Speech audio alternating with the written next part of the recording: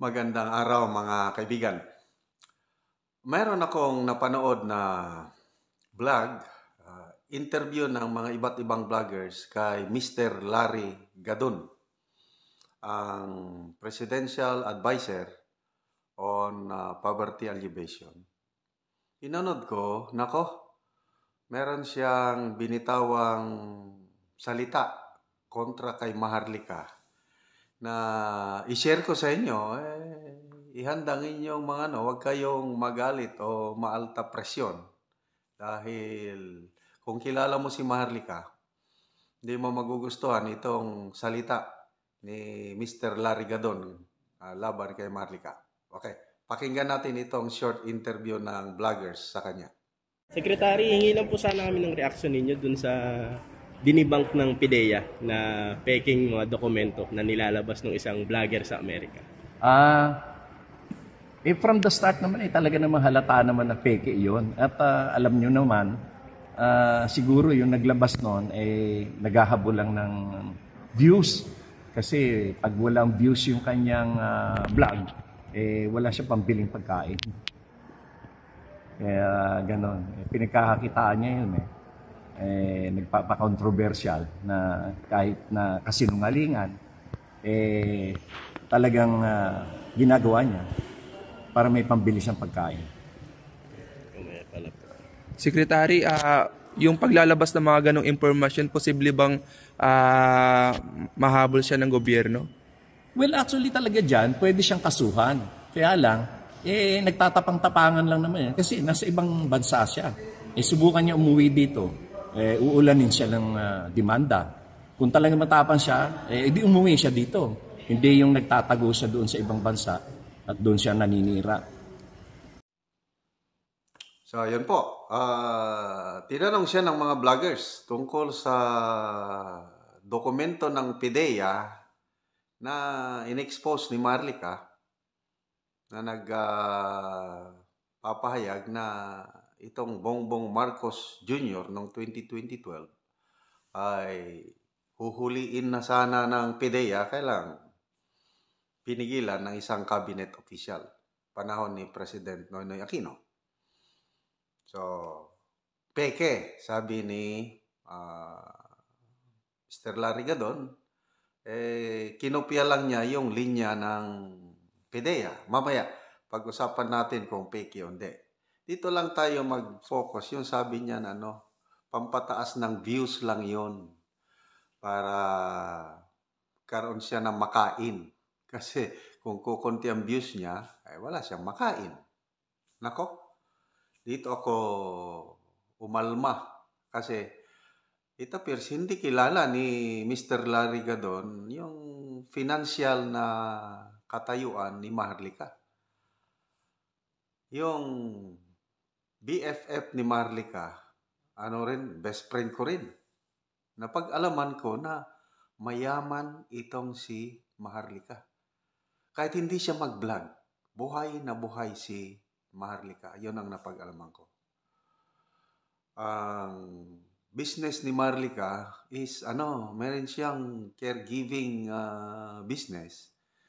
Na ang mga kliyente niya, mga mayaman sa Beverly Hills. Ganun po ang kayang-kayang magbayad ng thousands of dollars sa mga pasyente ni Maharlika. Kaya sa pagkakaalam ko, kahit hindi mag-vlog si Maharlika, buhay na buhay. Okay? So, naghahabol lang ng views. Nako, pansinin ninyo ang mga political vloggers. Tinitignan ko yung mga views ng mga political vloggers. Wala nang tatalo sa views ni Maharlika. Bawat vlog niya, pinakamababa, mga 50,000 views. Sa isang araw lang yan. Tinita kasi yung first day. Paglabas, tinitignan ko. Ang average ni Maharlika, 1 hour. Pag nag-vlog na siya, 1 hour. Nakaka 10,000 views siya. Kaya sa isang araw, aabot ng average 100,000 views. Sa isang araw lang yun. Iba pa yung mga sumusunod na araw. So pinakamababa na lang yung 50,000 paminsan-minsan. At alam nyo, magkano ang kinikita ni Maharlika with those average na 100,000 average views per vlog. Eh, ang dami niyang live stream eh. Kuminsan, 2, 3, 4, depende sa breaking news. Kahit matutulog na lang siya pag may nag-breaking news, eh babangon, mamaya magsalita na naman. Mahirap kayang mag-vlog. Masakit dito. So, to me, kanya-kanyang pananaw yan eh. Okay naman yung kumita ng pera. Ako, kumikita rin ako ng pera eh. Kaya lang, hindi para sa akin yung kita ko sa YouTube. Meron tayong ginagawang pagtulong sa Talandig Tribe. By the way, hindi na ako nakaka-vlog masyado sa Talandig Tribe. Hindi na ako pumupunta doon for security reasons. Kailang tuloy-tuloy po ang pagtulong natin doon. May mga livelihood. Oh. So, maliban sa sayote, kamote, tanim na tayo ng saging, meron tayong babuyan, merong every Saturday na pagtuturo ng salita ng Diyos. So, ang kita ko sa ating vlog is pantulong sa nangangailangan kasi biyaya ng Diyos, sobrang-sobra ang aking pensyon para sa aming dalawang mag-asawa. Hindi na namin maubos yung pensyon. So, kumikita. Kaya lang, ang main purpose ko sa pag-vlog, hindi yung pagkita, kundi to inform the public. At saka i-expose ang mga nakikita kong kamalian, hindi magandang ginagawa ng ating gobyerno. So, excuse me, ganon din kay Maharlika. Hindi yung kita ang kanyang adhikain sa pag-vlog, kundi inform the public. Labanan ang maling ginagawa. So, I do not agree yung sinasabi ni Mr. Larry Gadon na pampataas lang ng views yung mga ginagawang expose ni Maharlika. Okay? Punta tayo. Peke yung dokumento. Yung ipinost ni Maharlika na PDEA document, inerase niya o tinabunan niya yung pangalan ng PDEA agent. Ako, dahil sinabi ng PDEA, peke. Nako, I dig deeper.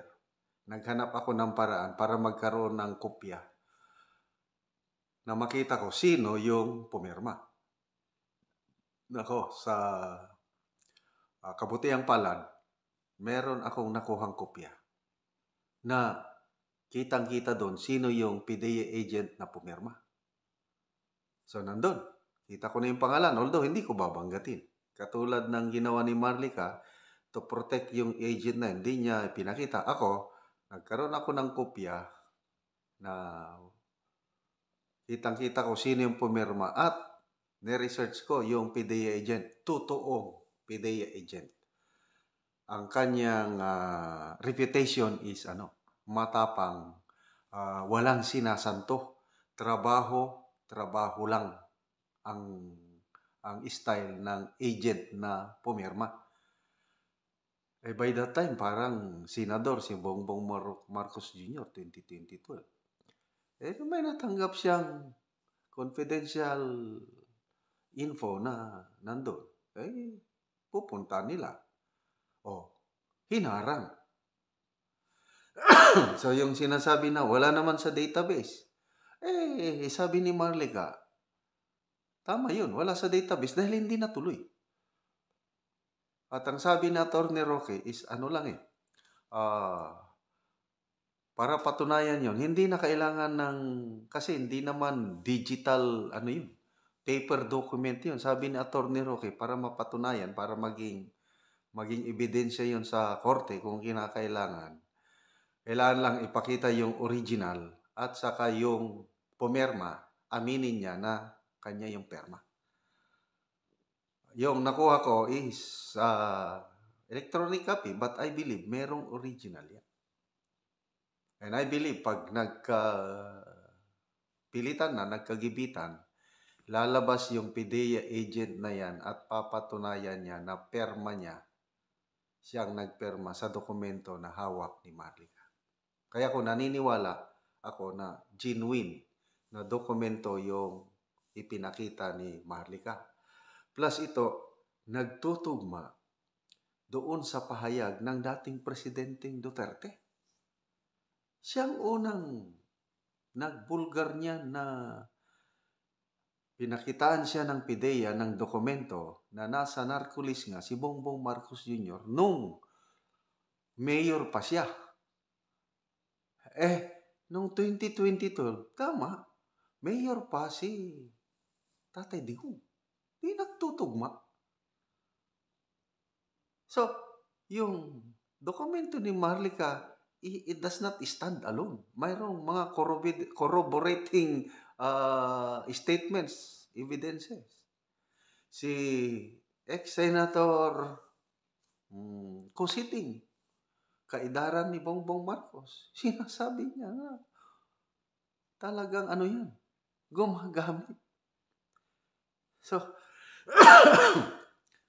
so once and for all, ang challenge ng taong bayan para tumigil na ang issue na ito. Hindi pa natin isama yung pulburon video na yan. Bakit hindi magpa-drug test? Nagpa-drug test nung kampanyahan. Kaya lang, walang nakakita, walang testigo. Kung ako ang presidente ngayon at inaakusahan ng ganyan at wala akong ginagawang masama, ay di bakit hindi? Sige, i-drug test niyo ako. Buhok. Dapat buhok. Kasi kung ano daw, kung sa dugo or ano, nawawala yung pulburon sa katagalan ng panahon. Once na buhok, forever nandyan daw. So, kung ako, bakit hindi? Bakit tahimik? I will not dignify such accusation. Ganun lang sa kanya, tapos tinalikuran ng media. So, sana naman, para tumigil na ito, para mag-focus na tayo sa nation building, wala na itong issue na ito ng pulburon, magpa-drug test. Bakit ayaw tugunan ang hamon ng drug test?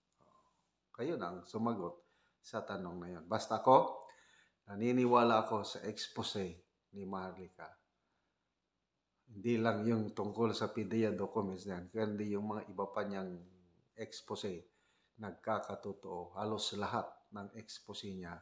So si Maharlika nagdadala ng tunay na news. Paano na lang kung walang Maharlika? Paano na lang kung wala yung mga puting ahas na nakakaalam sa nangyayari sa loob?